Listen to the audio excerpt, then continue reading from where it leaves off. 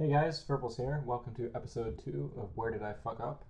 The r/poker series where I play some micro stakes and you guys tell me where I could have made better decisions. Before I get into anything, I want to say that in the description of this YouTube video or in the Reddit comments, I'll post some links to timestamps of hands. So if you don't have time, you actually have a life, you don't want to watch an hour of somebody play, then you can just click on those timestamps and just go to the interesting hands. So you could probably browse this in about maybe 5 or 10 minutes. But if you're really interested in more of the intricacies in my decision making, then by all means I would recommend watching the whole video. So I thought I'd start by looking at some of the stats I have. It's a pretty small sample size. It's just over 7,000 hands across 2 stakes. But I thought I'd look at the understanding my stats and where I maybe have leaks in my stats would definitely help you identify mistakes. I don't really want to get into like VPIP pre-flop raise by position yet. I just kind of want to do a brief overview, at least for this video. So I'm running around an average across the 2 stakes, which do play pretty much identical. Running maybe a 19-16 on average, which I think is pretty solid. I think that's a little bit tight, if anything. I do think there are some more spots where I could be making more aggressive plays, but I think that's pretty good. My aggression factor 2.6 seems pretty fine to me. Obviously, if I'm saying anything and it's completely off, then let me know. But I think that sounds about fine. My steals are fine. The main issue I wanted to bring up with my stats here is my 3-bet. Across 2,800 hands of 5 cent, 10 cent, I have a 4% 3-bet, which seems on the low side, so I definitely think that can be higher. So now I'm not going to be actively just looking to 3-bet in more spots, but I do think there are more spots where I can be profitably 3-betting. And my big blinds per 100 hands mean nothing because it's a tiny sample size. So without further ado, I shall pause the recording and then cut to some tables. Okay, we're back with some tables. In order to get the, in order to make it easy to upload the maximum quality for YouTube, it's easier to just record the whole screen instead of just this square with my tables. But I didn't want you guys to have just empty space on the side, so I threw in a bunch of visual aids. So in case you guys get bored, you have something to look at on the sides. We'll jump into it right here. We've been checked to twice in this pot. I mean, it's pretty draw heavy. But just in unraised pots, when somebody checks to me twice, I just think you can take a stab and win the pot almost every time.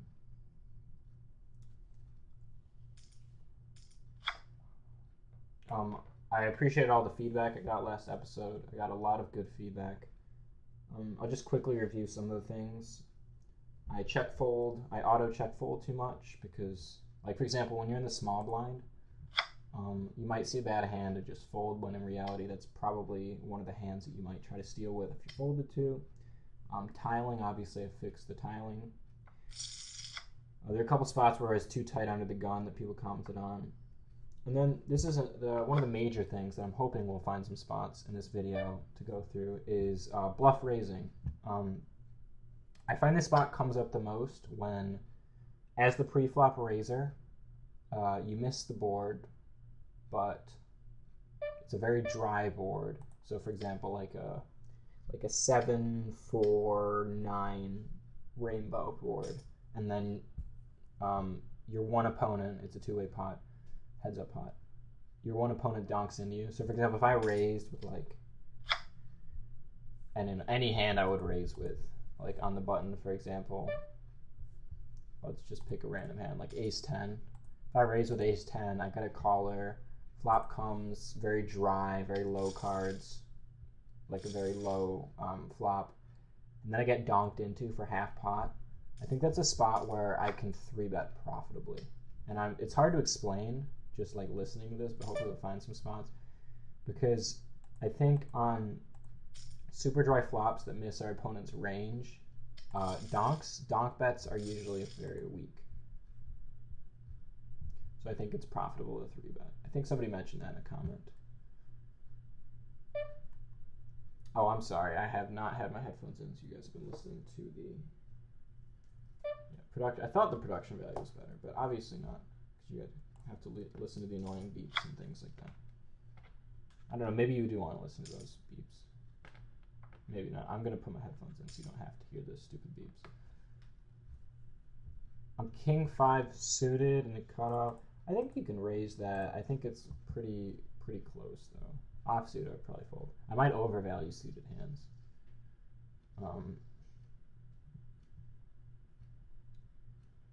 Yeah. So let's see. Some other topics I want to talk about. Like I said in the stats video, or not the stats video, in the stats intro about my 3-bet being pretty low. There's probably some spots that I could be 3-betting that I'm not, so I'd like some input on that. I'm not calling that huge. I've seen this player make some like huge raises, but at the same time, he's so short stacked. I have no implied odds with my 4s. It's just not. I think I can raise 8-6 with a limper. It's a small blind. And we've been 3-bet here. Okay, this is another. I wasn't paying attention. It was stack size. I shouldn't have c-bet in that. Calling 86 to win.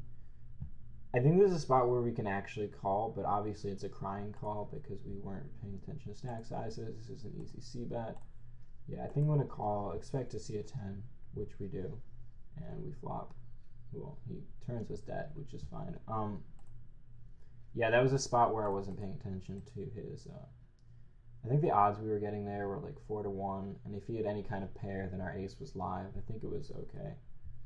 Although that might have, I mean, the call is not the issue there. The issue is me c-betting into a short stack like that. This is a great board for c-bet. Yeah, some of the topics I want to talk about were maybe increasing my 3-bet at spots. A couple of people have messaged me about starting study groups. I'm definitely interested in that. I'll look into that. I'm not really interested in doing Skype sessions because I think that, I don't know if this is just me, but I feel as if like sweating another person and reviewing videos of their play would be great, but I'm not really interested in doing any kind of Skype discussions over hands because I feel like I can do that on Reddit. It's just my preference. That being said, I'd love to, like if somebody else records their play and sends it to me, I'd love to do some reviews on that. Now, obviously, I'm not an amazing player, so I think it would have to be someone who's near my skill level to really, I guess, get something from kind of, in order to get anything out of that sort of study group, it would have to be someone near my skill level. I feel like a lot of r/poker players are, though, so that's good. And then next week, I will be going to try to do an America's Card Room video so we can really get into some more in-depth stuff with the HUD, which is great. We've raised with ace-king. We've got a bunch of callers, and we flopped nothing. Like, usually against 1 or 2 opponents, I'd c-bet this board, but the 10 hits a lot of those, especially when there's 4 players. It hits their range. Like, there's a good chance that pocket pairs are in their calling range, and there's a lot of, like, jacks, like 9s, 8s, 7s that are probably liking this flop. I'm going to fold here, even though I have really good odds to call, because even if I do hit my king, a lot of the time I'm not kicked, and then you reverse implied odds.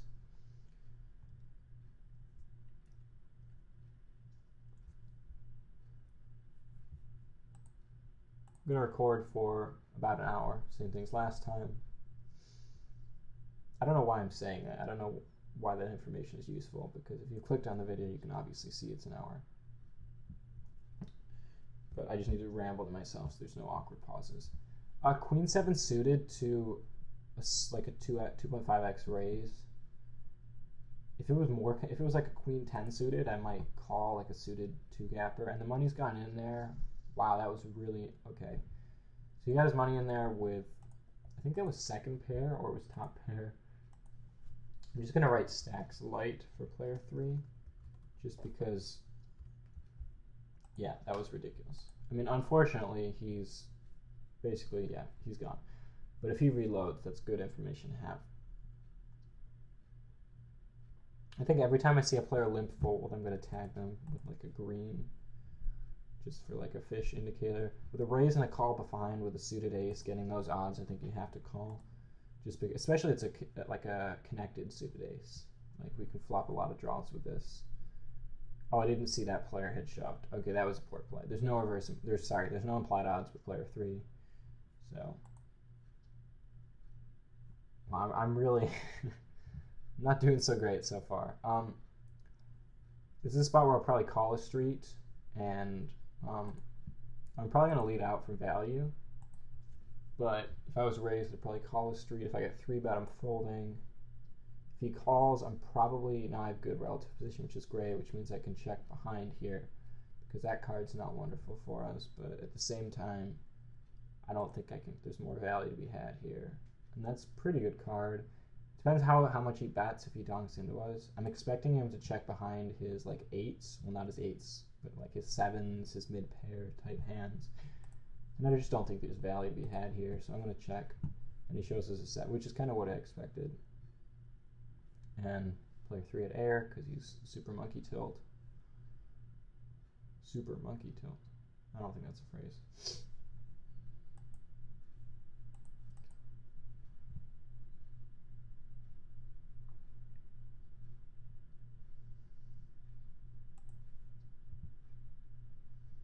Now raising queen 5 suited under the gun.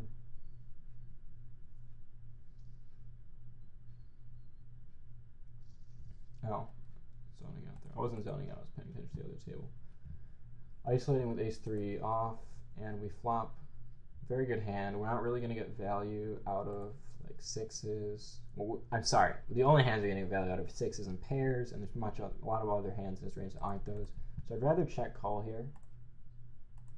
Okay, he's let out for a 3rd pot. I just don't see any hands he can have. I mean, there is the flush draw on the board, and it is semi-connected, but at the same time, I just think there's more bluffs in this range here. And that's a horrible card, but I'm still check calling because we have outs to improve. If he does have flush, and obviously we can river the higher flush, which we don't, and then I'm check calling here. We flop top pair with nut flush draw. I'm expecting to see spades a lot of the time, but I think that's a good play. And I don't think we can check raise given the flush draw is completed. Here I'm going to bet out for value. Did I limp? Did I complete with ace? That was poor. I'm going to fold to that. I'm going to check behind because I've showed on value. I'm going to raise this on the button. I think when you flop trips on that board, I just don't think I think it's better to keep their bluffs in, given that a lot of players at these stakes are super skewed. He's bet half pot into us after we check behind, so because we check behind, I think we showed a lot of weakness. I think we can call a street, and with his bluffs, he's check folding. The ace is actually a good card for us to barrel on, but at the same time, I don't think we can get him to fold like a queen or a jack. I just don't see a lot of players at these stakes folding their queens and jacks on the river to an ace. So I think we can fold there.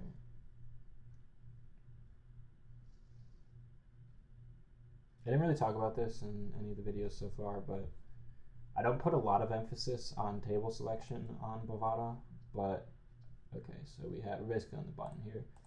But if I sit at a table and I see every player has, okay, so we flop the flush draw, so we're going to bet for value. I'm bad at playing draws. I need advice there. But I know betting is right. I just can't explain why betting is the right play here. Given that we have an overcard, I think if he 3-bets, we can probably call, but calling out of position isn't great. I'm not sure.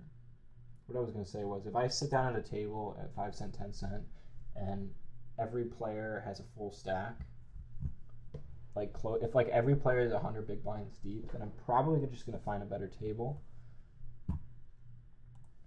So for example, this table, I have these two players who are probably horrible because they're playing 24 and 37 big blinds. Over here, these players, well, I guess the 740, that's not too shallow, but I think table selection is kind of important.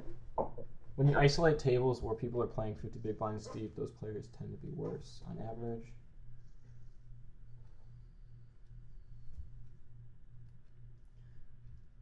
I actually just recorded an hour session earlier, and as soon as I hit the save recording button, it deleted itself, so I'm hoping it doesn't happen again. I don't know why you guys have to know that, but I just need to air my frustration to somebody. Ace Jack, we're going to raise. I don't know why I need to say that. Wow. Okay, so he's stacked. Okay. I'm just going to write player 3, I'm just going to say stacked off light. I mean, when When the board is 5 diamonds and you don't have a diamond to be in a pot that big is just obviously a mistake. I use the word obviously a lot. I listened to my last recording, that's what I noticed. But, you know, what am I going to do about it? I'm going to bet for value here, although it might be better to check call. I just think it's too drawy to not bet for value. This is a good card. I mean, I'm like, on one hand, I don't like seeing the flush draw complete, but on the other hand, all of his Jack X hands might even peel here. His 2 pair hands. I think we can, although it does complete a lot of the straight draws and the flush draw, I think we can bet here and safely, if we get 3-bet, we can know we're beat pretty easily. I don't think it's an argument for betting to say that, oh, if I bet and he 3-bets, then I know I'm beat, because knowing that you're beat doesn't mean that you bet correct. Doesn't mean that you had a good reason to bet. But in that case, I think we can still get value out of hands, and yeah.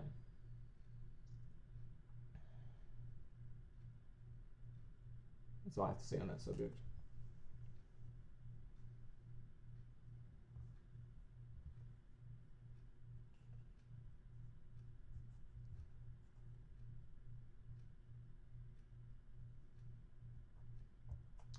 Okay, so we flop an open ender here in a limped pot. I'm probably calling the street. I don't think I'm leading out. I mean, I've said this before, like 2 minutes ago, I'll say it again. I don't know how to play draws. Like my monster draws, like when I flop an open ended straight flush draw, I know how to play. I know I have great equity against everything, so I can, if he calls, I'll call. But yeah, so now we have the odds to call. But and we turn, that's interesting. So our hand's been forfeited now, but we have a bit of showdown value. That being said, it's definitely a check fold. Still think it's a check fold.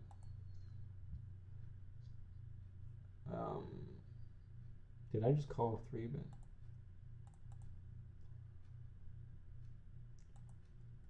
I think I definitely calling here just because yeah, that's kind of what I expected to see, but I think we're getting the right odds. That might be bad. A lot of times I'll say to myself, I'll look at the odds and I'll think, oh, I only have to be right this percentage of the time. Like, a lot of the times I know I'm beat, even though I only have to be right 20% of the time, and I end up calling, and that's a leak, so that's something I want to touch on, because the curiosity factor will often cause you to make mistakes. You often think, oh, I just want to know what he had. I think I'm right at least that much of the time. Like when someone bets 1/3 pot and you know you're beat, I think I call too much in those spots. Pocket 9's on the button. We're going to raise. We're going to call. I don't think we're going to 3-bet with pocket 9s. We're going to raise ace queen. This is another thing. I want some input on this. So I'll link a time. I'll link to this point in the video. When I'm playing ace queen and ace jack, I know that when I'm playing super like with a really, how do I phrase this correctly? I guess my question is when should I be 3-betting pre-flop with hands like ace queen and ace jack?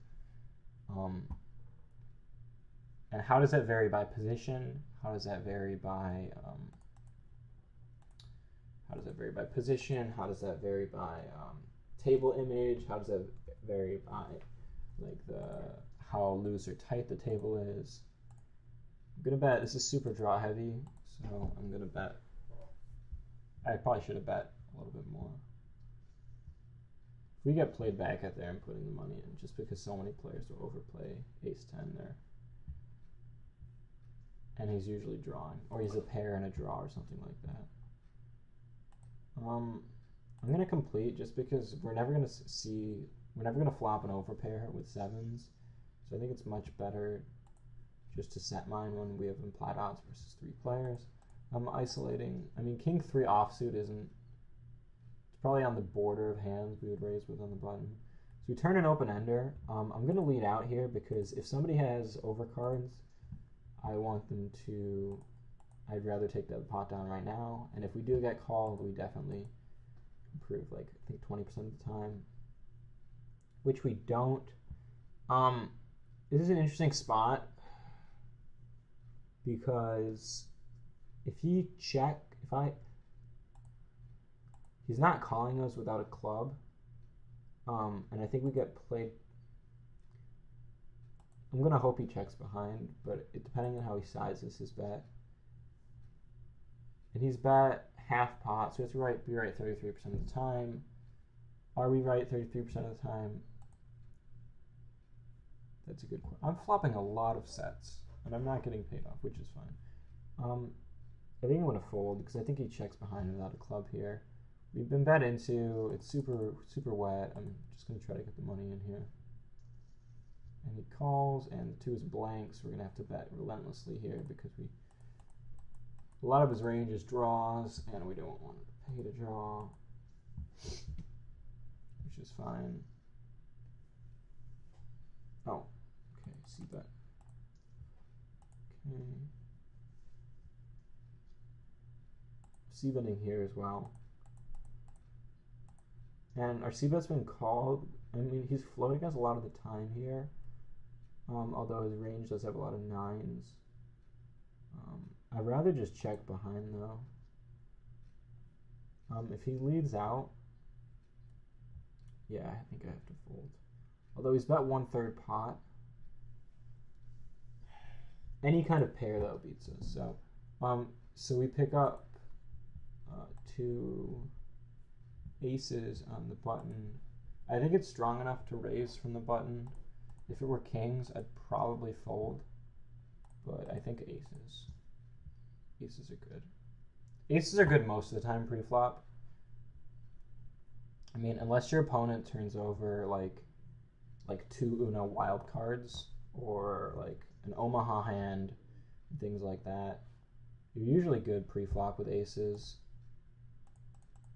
I mean, when your opponent turns over, like when you get the money in pre-flop with aces, and your opponent turns over something like, I don't know, like king, king, jack, queen, double suited, then it's disappointing. And he's called a raise with 5-6 suit. Actually, it's not that terrible, but yeah, there's nothing wrong with our play there. As I ramble on about, bad jokes and whatnot.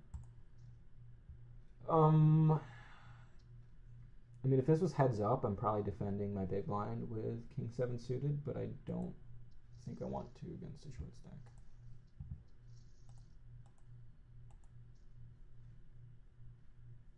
Yeah, nothing wrong with our play with aces there. I think he's doing the exact same thing with his ace kings, his king x hands, any of those kinds of hands. We flop 5 cards of the same suit. I think it's usually we have the best hand here, so I don't think I think there's no reason not to bet for value. She insta folds.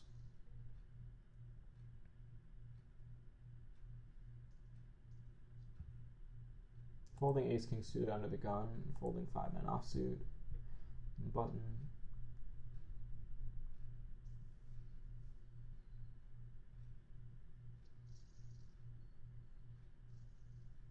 If you guys have any requests for sidebar images for the next video, let me know.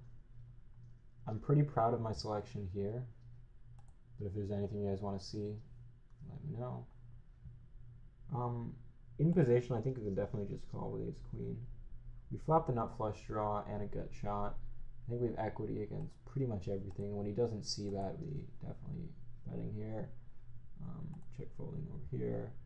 So his calling range there is a lot of big hearts, like the king of hearts plus a pair, but also any hand with a 5 in it, maybe. I don't think we should barrel here. I think it's better to check behind. If he leads out here, definitely folding. He's checked. So this might be a good spot that, given that he's called the flop, checked the turn, checked to us on the river, I think his most likely hand is either a pair and a flush draw, which you could probably fold to sort of like a $1 bet here, or, and I'm timing out on these tables, or like a 5. I think it's actually profitable to bet here. And we're going to fold to raise there. And he calls us with... No, oh wait, see, we rivered it. So we were actually right there, which was kind of weird that he floated us with... I believe he had diamonds there. Which is actually really weird. So we're going to label him as floated monotone board.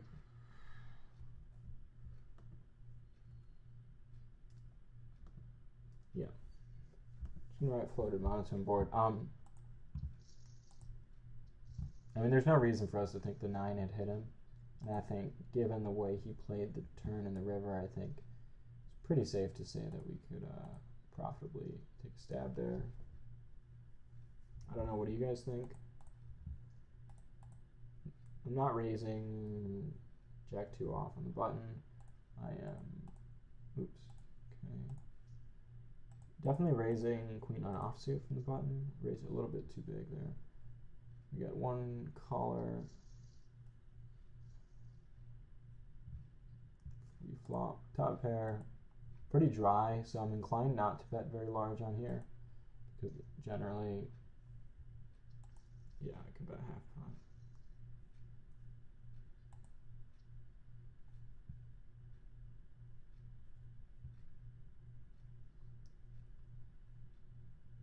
Queen 5 on the button. It's close, but I think I'm going to raise. I'm trying to play more loose. I don't know if that's a good thing or a bad thing. You guys let me know. But I think I can definitely loosen it. Ace-3 offsuit on the cutoff. Probably raise it. We're either way ahead here or way behind. There's no real hands you can get value from apart from his pocket pair, so I'd rather check. Probably calling here if he donks into us. He's about half. We can definitely call here. Our kicker doesn't play, which isn't great, but depends how big he bets here in regards to whether I call or not. I mean, he's about half pot. I think, well, how did the action go? Check on the flop. I think he's betting a lot of his kings for value. I think I can call here given the flop action, but that might be spew. You guys let me know. I just see a lot of players taking stabs, and I just don't. I think given that I'm a pre-flop raiser, I think he's taking a stab there on the flop.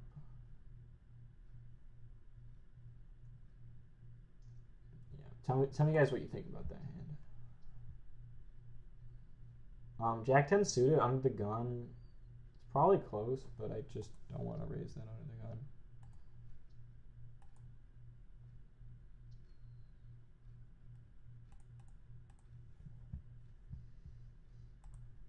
Okay. Well, that is not what I intended to do.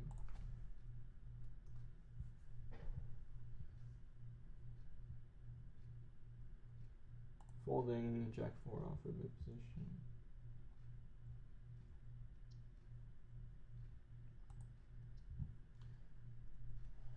Okay.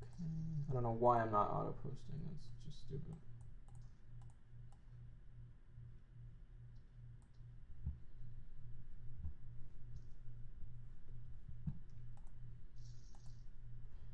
Flop, middle pair here.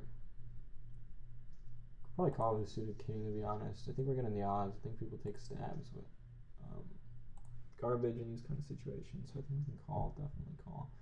Now we turn a gut shot, so I think we can, depends how, if he bets less than pot, okay. So when he checks behind, that tells me he has garbage. So I'd rather keep bluffs in his range. We're not getting value. I'd rather check call here. We felt the nut flush draw, so we're going to lead out here. We also have kings and fours as outs, most likely. If we are behind, if like there's an ace-x hand we're up against.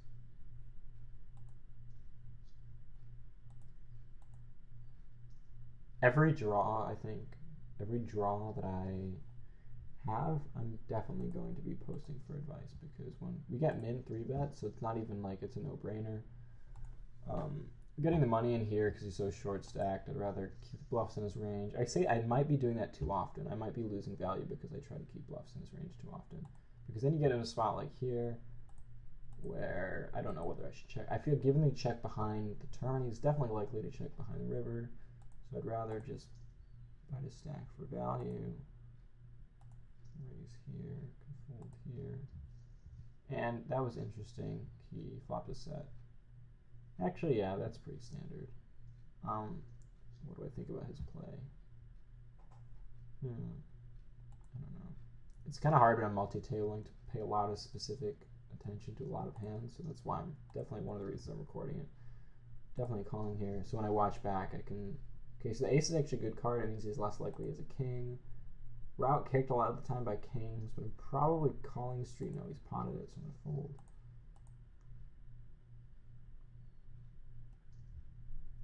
Definitely calling here. We're just getting. We're almost. It's not. It's kind of not great, but we're almost getting immediate odds to call just to hit our 7. Did not mean a min raise there.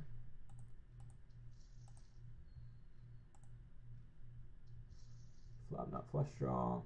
An overcard. He's potted into us. I think we can definitely call in position. He's just taking stabs too often. We make our flush here.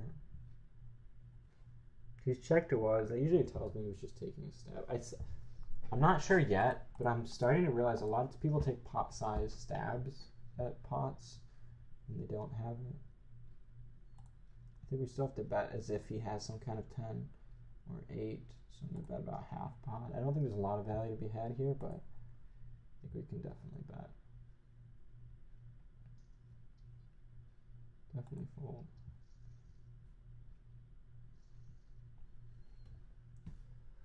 A great flop for us on table 1. Even multi-way, I think I'm definitely c-betting this. There aren't many hands that would flop straight draws. And clubs, no. Just the ace and the 2 low cards makes it a very easy c-bet. Because you're getting folds out of a lot of...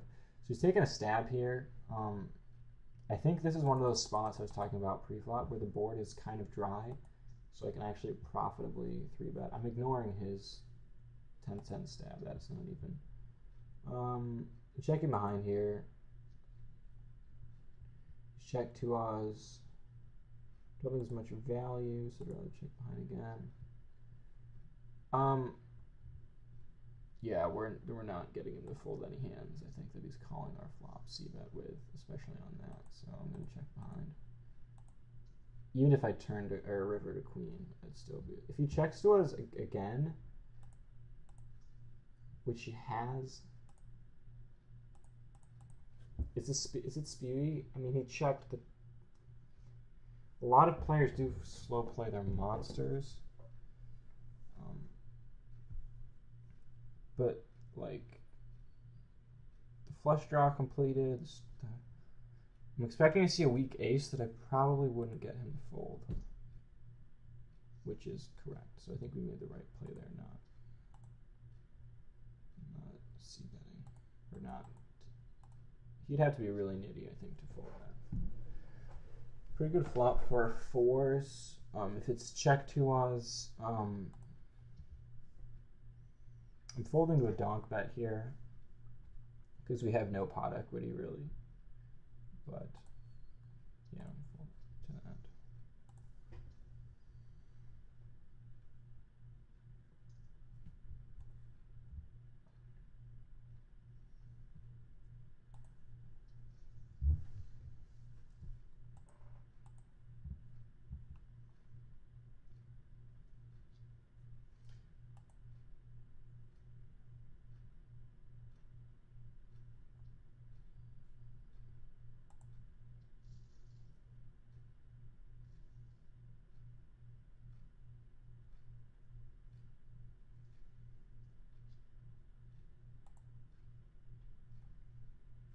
I think I can auto check fold here because queen 4 offsuit. I don't think that's in my button raising range. I need to make sure I don't overplay my buttons.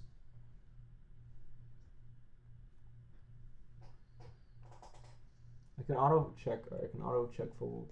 Sorry, auto fold 5-6 offsuit because I'm not. Even if it's folded to us in the small blind, I'm not raising there. Not calling here. Not calling. I'm not raising 4 or 5 offsuit on the button.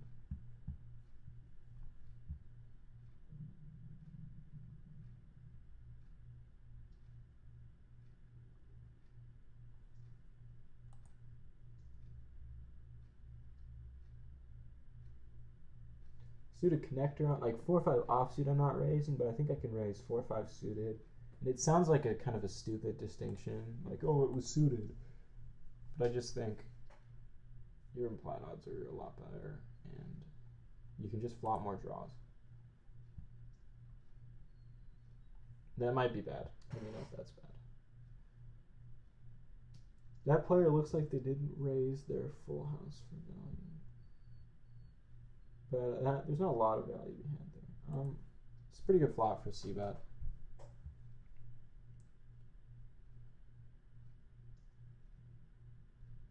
If he dunks into us, I'm just going to give him credit for a jack or a king. Sorry, my creaky chair.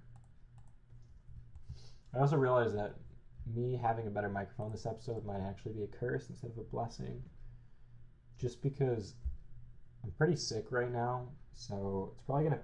Mic is so sensitive, it's probably going to pick up kind of weird, disgusting sounds my body makes. So if you catch any of those, I'm sorry for your inconvenience.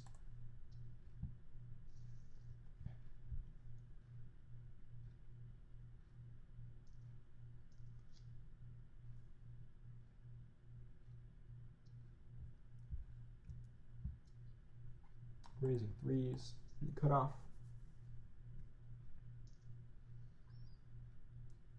Because that's the worst person that can call us because we don't really have implied odds and he has position on us, so it's probably the worst case scenario. Well, no, getting 3-betting and having to fold is probably the worst case scenario. Wow, that was a huge pot and he had jack high. Interesting. Pretty good flop, super dry. Definitely c-bet against one player. I mean, we're giving up. If he calls and then an ace or a king falls, I'm probably firing another bullet. I know firing another barrel. Whatever. I know that bluffing at micros is not generally a good thing as a rule of thumb, but I think there are spots where it can be profitable.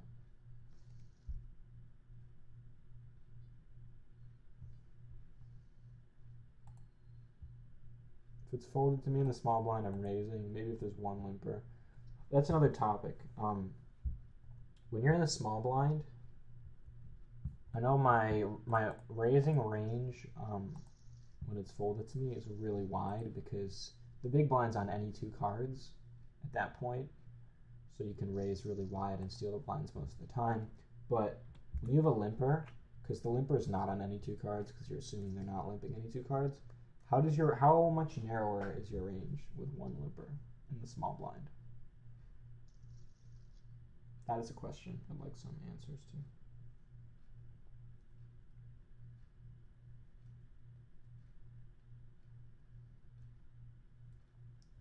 I think with a7 I could probably raise with one limper, even though I have horrible relative position. I just think that might be bad, actually. Yeah, that might be bad. Even against 2 players, this board, I just think I can see that it a lot.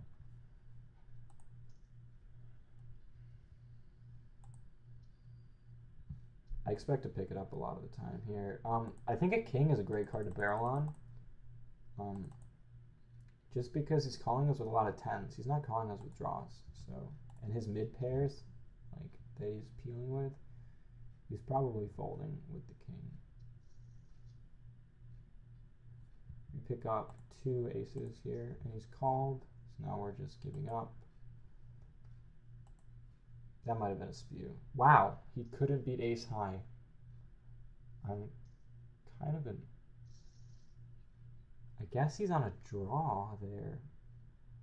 I mean, that's just a testament to how bad these players are.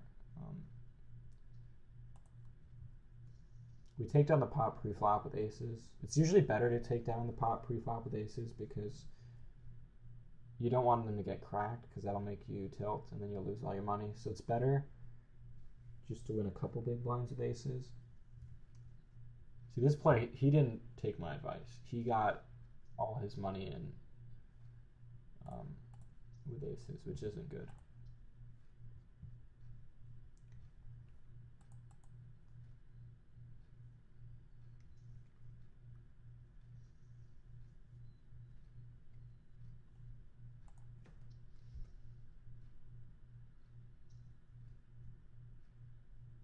See the connector in the big blind, we're getting a discount. So if there's one caller, yeah, so there's one caller, we're definitely calling.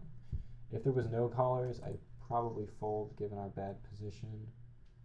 We don't flop anything wonderful.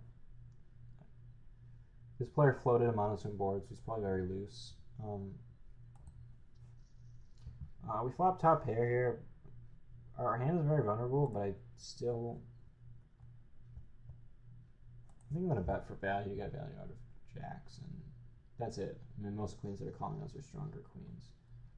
Check calling here.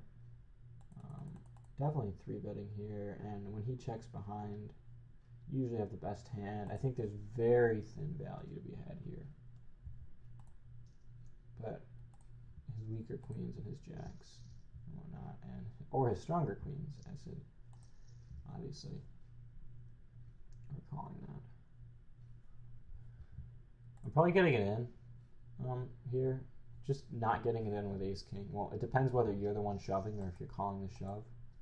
But if he would have 4-bet me there, I'd probably 5-bet shove, because there's a decent, well, not a lot of fold equity, because not many players are 4-betting light. But I think there's enough so that it's profitable. I've had to post this so many times on Reddit, because I don't think people understand. Wow. I'm not going to cut that out, because that was kind of humorous to listen to. I think that people think they undervalue ace-king. Like against queens are better, or against like a nut range, you have like 40% equity, or 38, something like that. And that's worse. That's against and then like that's not like including things like jacks and tens that some people might be randomly spewing with. I'm gonna bet for value here. I'm probably getting it in, to be honest. Overpairs are so strong in these stakes when players will get it in with like a pair and a draw, or just a draw. Yeah, I think I can reasonably get it in there. King 2 suited is probably not raisable on the button. We flop, nothing, and it's not a good board to c-bet because all his cards with jacks and nines and any kind of Broadway hand has a draw here, any kind of diamond has a draw here. It's just not, it's not profitable. I use the word profitable a lot too. We got a caller here, great flop to c-bet.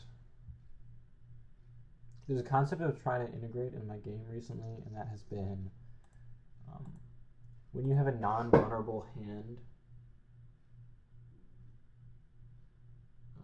How do I explain this? It was one of the Redditors who actually knows what they're talking about, wrote something about this. It was either, I'm checking behind here. I think it was either screen names are hard or like XMQ745, whatever his name is. It was one of them who was writing about, I got a discussion with on Reddit about. Checked was again. I'm expecting to see a weak ace, and I see twos. So he probably would have folded to bet there, but I mean, when he's floating the flop with twos, that's his problem, not mine. I didn't misplay that. As I was saying, there's a concept that, is it Janda or Jonda? I think it's Janda. So this is a good example here. My hand is not vulnerable. If I'm way ahead, I'm either way ahead or way behind here. He either has a pair or he doesn't. So I think it's almost, as much as I want to take the dead money in the pot here, If I check behind, I might have a hand that dominates him. So, for example, all his Queen X and Ace X hands that are folding the flop, like if I catch a queen or an ace, I think you can check behind. That's not a great example, this hand, but I think there are spots where you see a flop that you're usually supposed to c-bet, and you just think, okay, I have to c-bet. When in reality, it's better to check call, just because you can keep hands. That's okay. Thank you for showing your hand there. It proves our point. So if we bet there on that flop, he's probably folding his ace-10. But by checking behind, we're keeping hands like his in the hand so that when we do hit our ace or our queen, we can get paid off. So that was a great, thank you player one for showing your hand. That might have not been a great example, but yeah. I'm going to bet again for value, maybe a little bit too high, too much.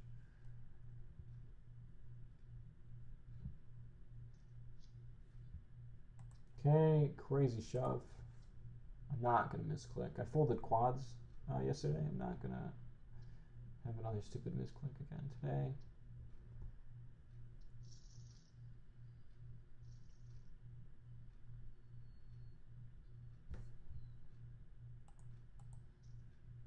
I didn't just fold quads. I folded quads to a crazy all-in overbet. That's what happened. Flop trips here. Usually when people bet small like that, they're just taking a stab, and our hand isn't vulnerable. There's no card we're not going to want to see. And if we 3-bet here, I don't think we're getting value. There's not a lot of fours in his range. Although there is the flush draw out there, I think I'm more inclined to just call here and see if he continues. This is a good flop to see. Even against two players, I think it's a good flop to continue on. To see that, sorry. He's bet close to half pot. I think I can call here and then check raise the river, because I'm getting value out of weaker nines. Yeah, there's a lot of hands I get value out of. Like this might be a spot where I'm not getting called by worse, but yeah, I think he was really light there, just taking stabs. When I see that 1/10 pot bet on the flop in multi-way pots, I usually just interpret that as somebody taking a stab. King 7 in the cutoff is close, but I think we can raise. I'm going to contradict myself at some point in terms of what I'm saying I can raise and what I'm saying I cannot raise. This would be an ideal flop to c-bet heads up, but we're not c-betting it four ways. Just not. Would not be a good play.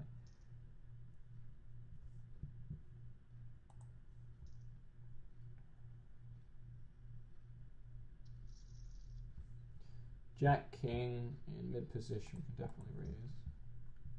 I'm not raising Jack. I'm definitely raising Jack King off.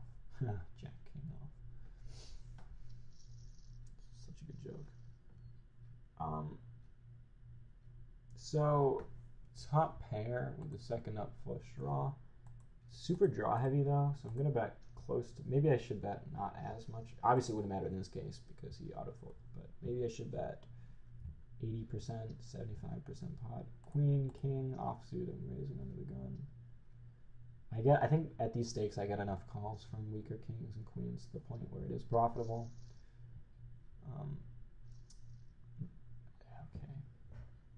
I'm gonna link to this hand because I think we can get value out of weaker queens, but it might be a spot where it's better to check call. We flop a gut shot here with the second pair, probably calling the street here, and he shoves. So we have to call 256 to win. No, we are not going to call. We're not nearly right enough at the time. If he calls, I can probably call, but given that he's just potted it, I don't think we're getting the right odds. Okay, so I don't know why I'm trying to top up there. Nope.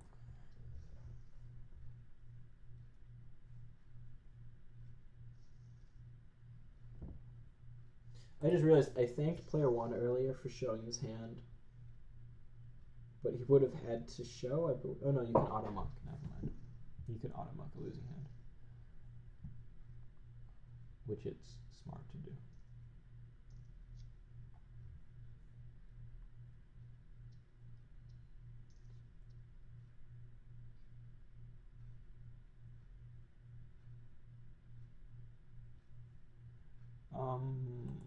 I think it might just be better to complete with a hand that plays well multi-way. Flop the nut flush draw. Bad relative position, I think it's better to check raise here.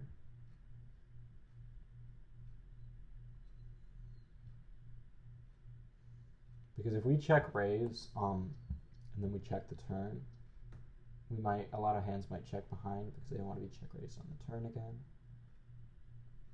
And we have fold equity. Okay, so we almost have the nuts here, unfortunately. I'm just kidding. Yeah, we're gonna bet about 20 cents for value. We just don't want to get it checked. We don't want to lose value in these kind of spots, especially when they're checked around the whatever. I don't know what I'm saying. And we get a call there, and we're gonna bet again for value. Hoping not to see a royal flush. Sorry, straight flush. Keys raised us. I mean, here's the thing: we have the what's the word? Effective nuts here. So, yeah, when you have the effective nuts, you might as well try to get all his money. Maybe I should 3-bet smaller or 4-bet smaller. Yeah, I shouldn't show that. That's like 6 times his raise. That's not smart. He calls us. I like to think he had a flush, but honestly, I see players doing that with a straight. I think given that the queen completes a lot of the straights, then I think you can overbet there and try to get calls from straights. Yeah. I'm going to butcher a lot of my draws, so you guys are just going to have to be prepared for that.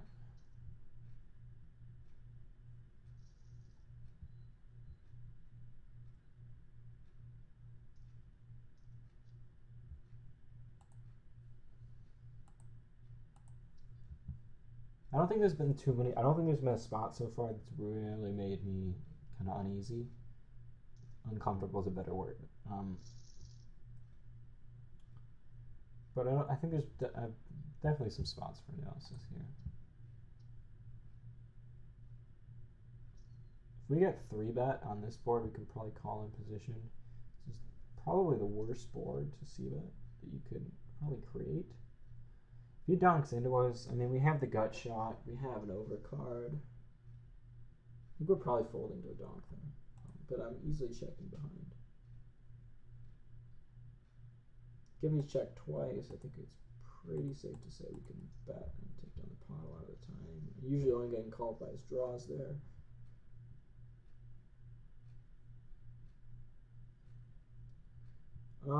With poor relative position and a pretty big raise, even though we're getting a discount, I don't think we can call with 3s.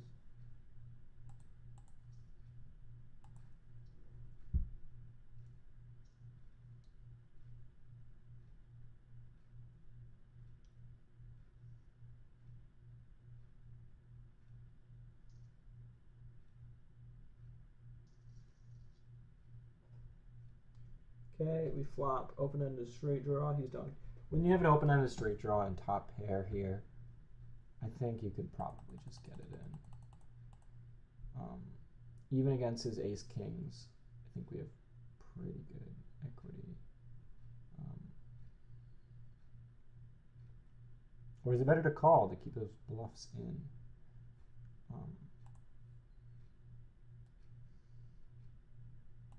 I'm gonna 3-bet. I don't know if that's the right play here. Yeah, I know we have to call, and I'm expecting to see a worse hand, which is fine, and then we need an ace or a 10, which we don't hit.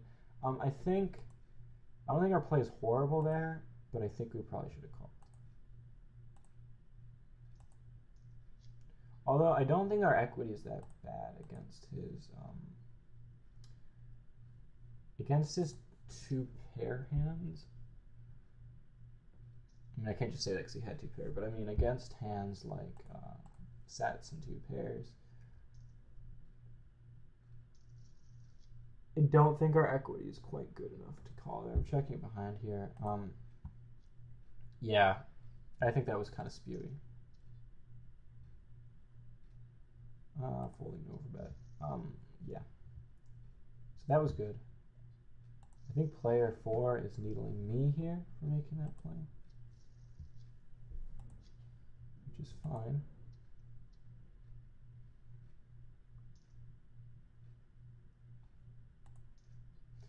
We should understand. Is he talking to me? I'm not sure. I shouldn't get distracted by chat. That's definitely bad. If he checks to us, we're going to lead out here.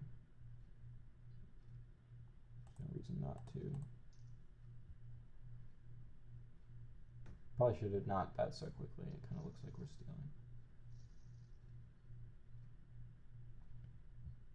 Yeah, so I think we've only had 1 spew so far.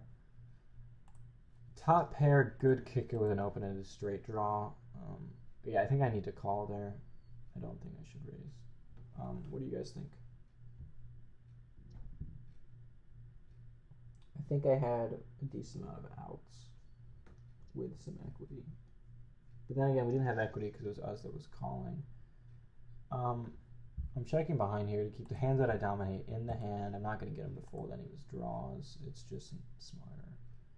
If he leads in, which, like, I'm just kind of ignoring that. The draw is missed, and so I think it's safe to say I can bet for value. Not for value, sorry. I'm going to fold there.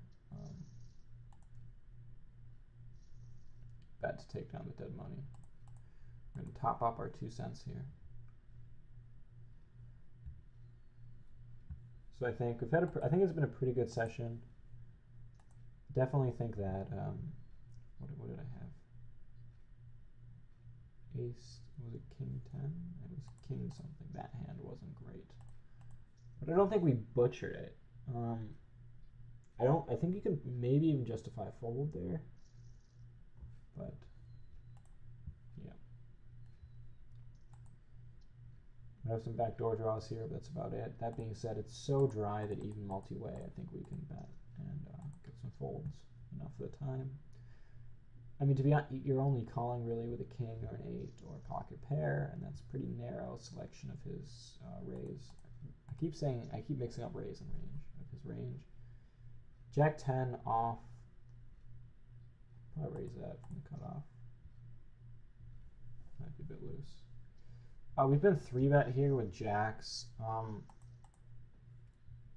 Okay, so I said we didn't have a spot that made me scratch my head. This is a spot where I'm going to scratch my head. I don't think we can raise. I don't think we can fold either. I don't think we should fold jacks to 3-bet. I think I'd rather call and see a flop. I think it's actually smarter to lead here because I think if he doesn't have an ace, he's giving us credit for an ace, and he's probably c-betting anyway. I think donking is better than check raising on this board. When we call his 3-bet, there's so many ace-x hands in his range that he can't really call without an ace. And when he does, when he just calls, yeah, I don't know. I think we butchered this hand. He's betting his aces for value, because when we donk and then we check to him, that's just so weak that we can fold.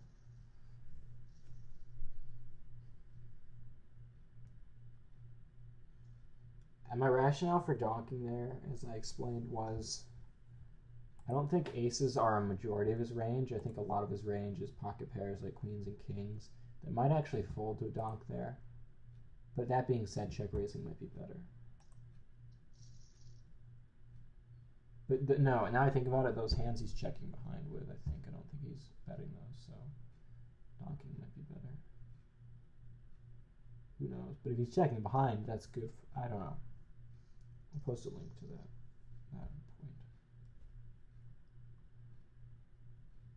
I think it's been a pretty standard break even. No, we've lost a little bit. That's okay.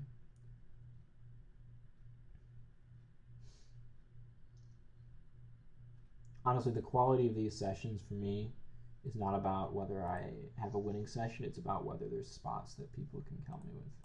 And I think this session, there's definitely been a lot of spots. We get a caller. We flop. Ew. I think I'd rather check call. Our hand's not vulnerable. If it was king, king, jack, it'd be much different. But given that it's jack, jack, king, I think we call here.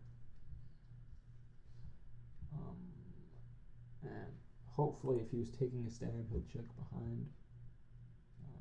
It's big raise and not raising. Okay. Ace is even worse card. I know there's no thin value, but I think I'd rather check call. Check calling might be. I just don't see him checking behind with a hand that beats us, apart from the A7, which he was taking a stab with. Well, not apart from specifically A7, but apart from his Ace-X hands.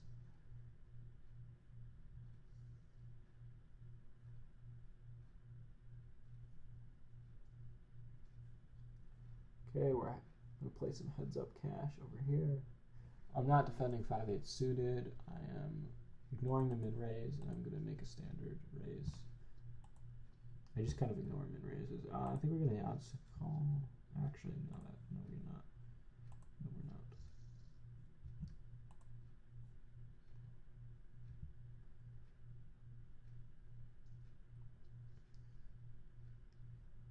I'm going to bet here, even though we have showdown value, I don't want his hands like any of his jacks, queens, nines, tens. Those I don't want them to be able to peel and outdraw it, so I'd rather bet given it's so dry.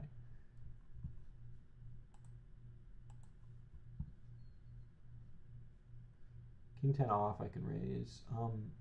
There's no value to be had here. I'd rather check behind, keep his bluffs in, check call here. I mean, the board got worse, but given that we check behind, I think we can check call profitably. With no diamond, he can't call with a diamond, but is he betting his diamonds? I think we can check behind. I expect to lose the pot a lot of the time.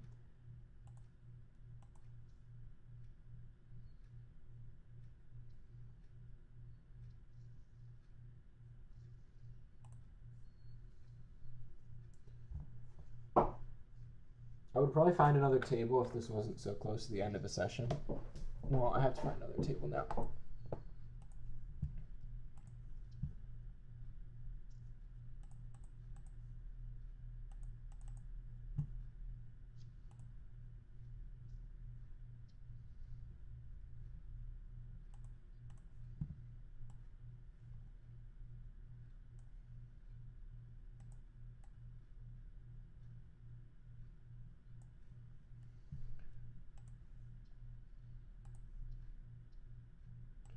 Under the gun, I'm not raising king 10 offsuit.